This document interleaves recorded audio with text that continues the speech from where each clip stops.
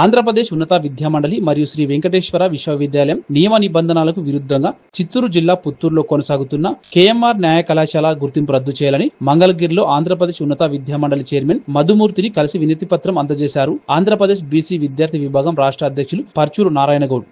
ఈ సందర్భంగా వారు మాట్లాడుతూ సెక్షన్ 20 ఆంధ్రప్రదేశ్ విద్యా చట్టం 1982 ప్రకారం ఏదైనా ఒక ఏరియాలో కొత్త కళాశాల అవసరాన్ని బట్టి కావాలనుకున్న మొదట ఉన్నత విద్యా మండలి పర్యవేక్షించి తర్వాత అవసరాన్ని బట్టి పేపర్ నోటిఫికేషన్ ఇస్తారు. అటువంటి నిబంధనలు ఏమీ పాటించకుండా యూనివర్సిటీ అనుబంధం లేకుండా అక్రమ మార్గంలో కళాశాలను స్థాపించుకోవడం చట్టవిరుద్ధం. సదరు కళాశాలలో ఒకే భవనంలో 4 కోర్సులు నిర్వహిస్తూ విద్యా వ్యవస్థకు మాయని మచ్చగా తయారవుతుందని వారు ఆరోపించారు.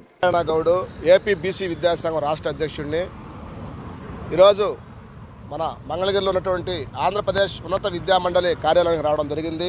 ఇప్పుడే సెక్రటరీ గారిని కూడా కలిసాము. కాసేపట్లో కూడా చైర్మన్ గారిని కూడా కలుస్తాము.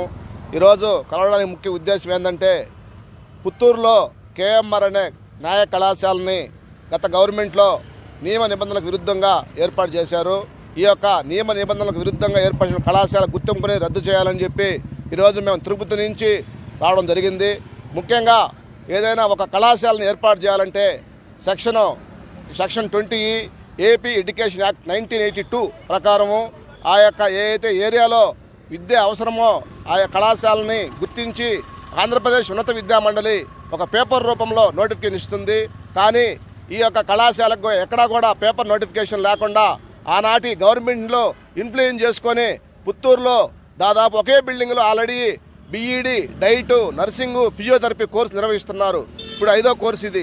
ఈ ఉన్నతాధికారులు కూడా ఇప్పుడే సెక్రటరీ గారికి తెలియజేశాం. దయచేసి ఈ యొక్క కళాశాల గుర్తింపు రద్దు చేసి ఎక్కడైతే నీడ్ ఉందో అక్కడ మీరు పేపర్ రూపంలో మీరు ఇవ్వాలనుకుంటే కూడా పేపర్ రూపంలో నోటిఫికేషన్ ఇచ్చి ఎవరైతే ఉత్సాహవంతులు ఉంటారో వాళ్ళకి కళాశాలని యాజ్ పర్ మెరిట్ ప్రకారం ఇవ్వాలని కోరుకుంటున్నాము.